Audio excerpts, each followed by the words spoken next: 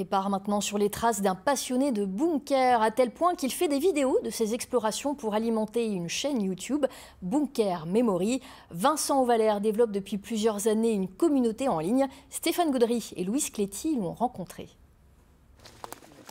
Une bonne paire de chaussures, un casque de spéléo et un appareil photo. Vincent Auvalère est en route pour son prochain tournage.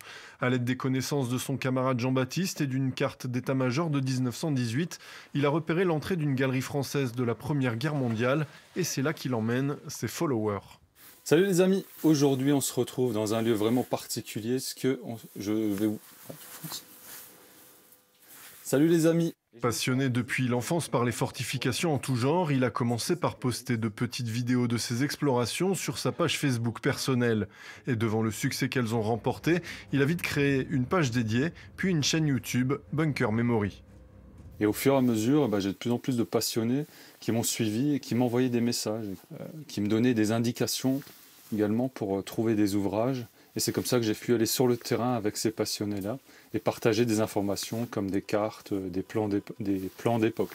Au fil de cette galerie de 36 mètres exceptionnellement bien conservée, Vincent distille quelques informations à ses abonnés. Je pense que c'était pour stocker les obus. Comme ça, ils étaient bien à l'abri des bombardements en fait. Des abonnés qui flirtent avec les 170 000 sur Facebook et pour lesquels Vincent essaie constamment d'améliorer ses productions. Quand on revient sur les anciennes vidéos de l'époque et on se dit non mais c'est pas possible d'avoir fait un contenu pareil, et au fur et à mesure on s'améliore et on se professionnalise grâce à internet en fait.